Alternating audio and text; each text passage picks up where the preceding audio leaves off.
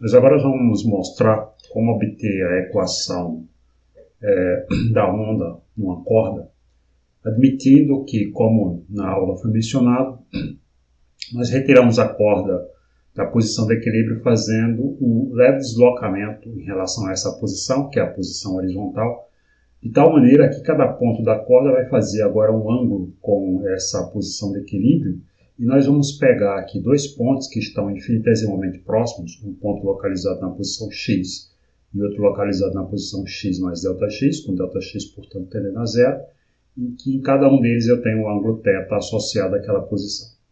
Dessa forma, a força de tração que age nesses dois pontos, nós vamos ter, portanto, usando essas forças, uma força resultante na direção x, que deve ser nula, porque não há movimento ao longo dessa direção. Então, em relação à direção x, eu tenho, projetando essa tração em direção x, t cosseno de θ de x mais ΔX, menos, esse daqui ficará no sentido oposto, t cosseno de θ na posição x, e essa soma tem que ser zero, porque não há movimento ao longo da direção x para a corda.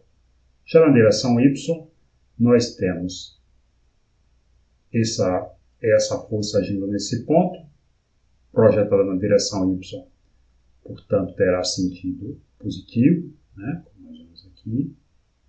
Então, seria t seno de θ no ponto x mais ΔX, enquanto que, nesse ponto aqui,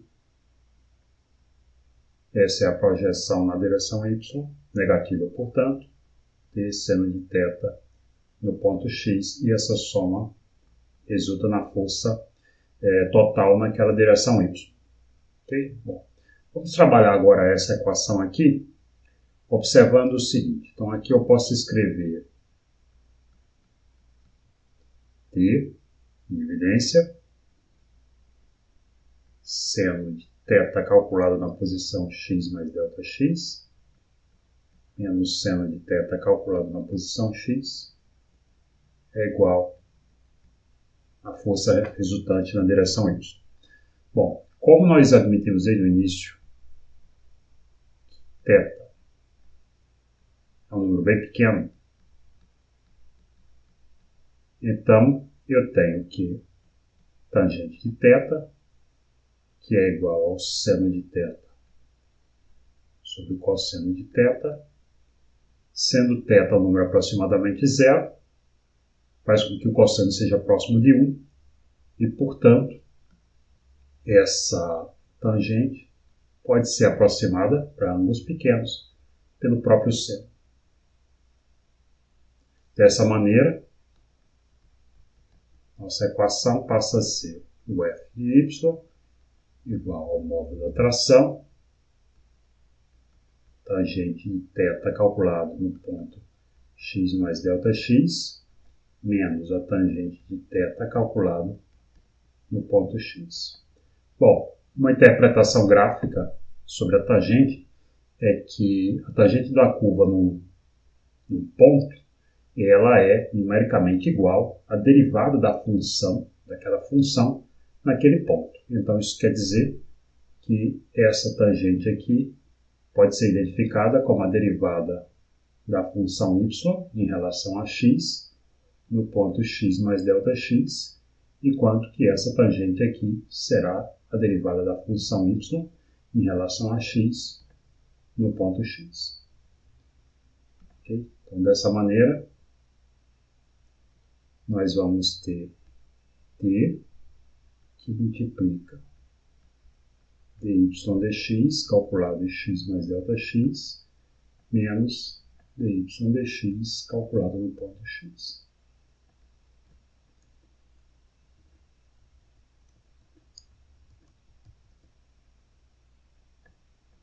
Bom, muito bem. Agora eu vou multiplicar e dividir essa expressão por ΔX. Tá? Então, multiplico aqui desse lado.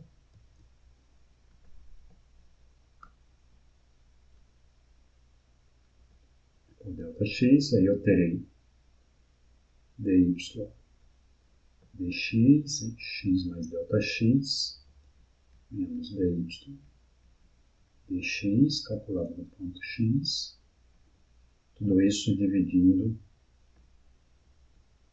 ΔX. E agora nós vamos fazer o seguinte. Eu vou passar esse ΔX para o outro lado, fy sobre ΔX, igual a t, que multiplica esse termo que já tínhamos escrito antes,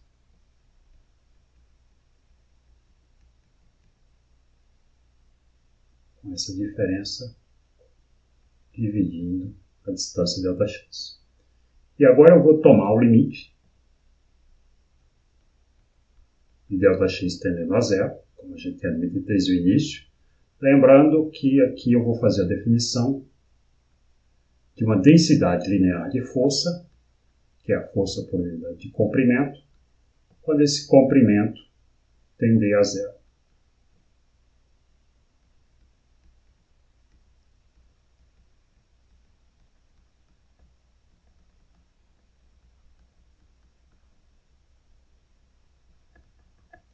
Tá? Nessa expressão aqui, que eu vou chamar de 1. Sendo assim, nossa relação vai ficar com um Fzinho, essa densidade linear de força, igual a T, e aí vejam que ao tomar esse limite do ΔX tendendo a zero, o que eu tenho aqui é uma coisa do tipo, o limite de ΔX tendendo a zero, vamos chamar essa derivada de um f, tá? Uma função de x, x mais ΔX, menos f de x sobre ΔX. Então, quando eu faço o limite, isso daqui é a derivada de f com relação a x. Portanto, como a minha função f já é a própria derivada de y com relação a x, o que eu vou ter é a segunda derivada de y com relação a x. Tudo bem? Bom, agora por outro lado, nós temos que a força na direção y deve ser a massa, de acordo com a segunda lei de Newton, vezes a derivada do deslocamento naquela direção y em relação ao tempo, né? A segunda derivada. Bom, então, isso quer dizer que o meu Fzinho, a minha densidade linear de força, é o limite, quando ΔX tende a zero, da massa dividido por esse ΔX, vezes a segunda derivada de y com relação ao tempo. Então, nós vamos definir esse limite dessa razão aqui como sendo uma densidade linear de força. Desculpe, uma densidade linear de massa. Quantidade de massa por unidade de comprimento.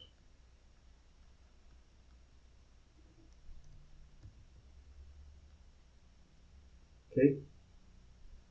Então, juntando esses termos,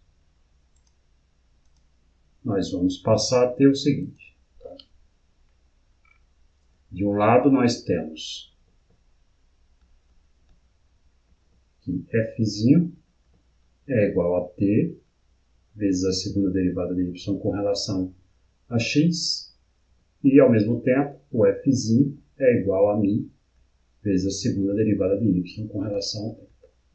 Então, juntando essas duas coisas, nós igualamos esses termos, e aí eu tenho t d2y dx2 igual a μ d2y dt2. Ou, bom, passando o t dividindo, né? Posso escrever d2y dx2 menos μ dividido pela tração t, d2y dt2 igual a zero. E, portanto, esse termo aqui vai ser identificado como 1 sobre v ao quadrado, uma vez que essa é a equação da onda, e, portanto, nós temos que a velocidade da onda é a raiz quadrada de T pela densidade linear de massa. Okay? Então, daí nós mostramos que, de fato, a corda perturbada produz uma onda cuja velocidade é dada por essa relação.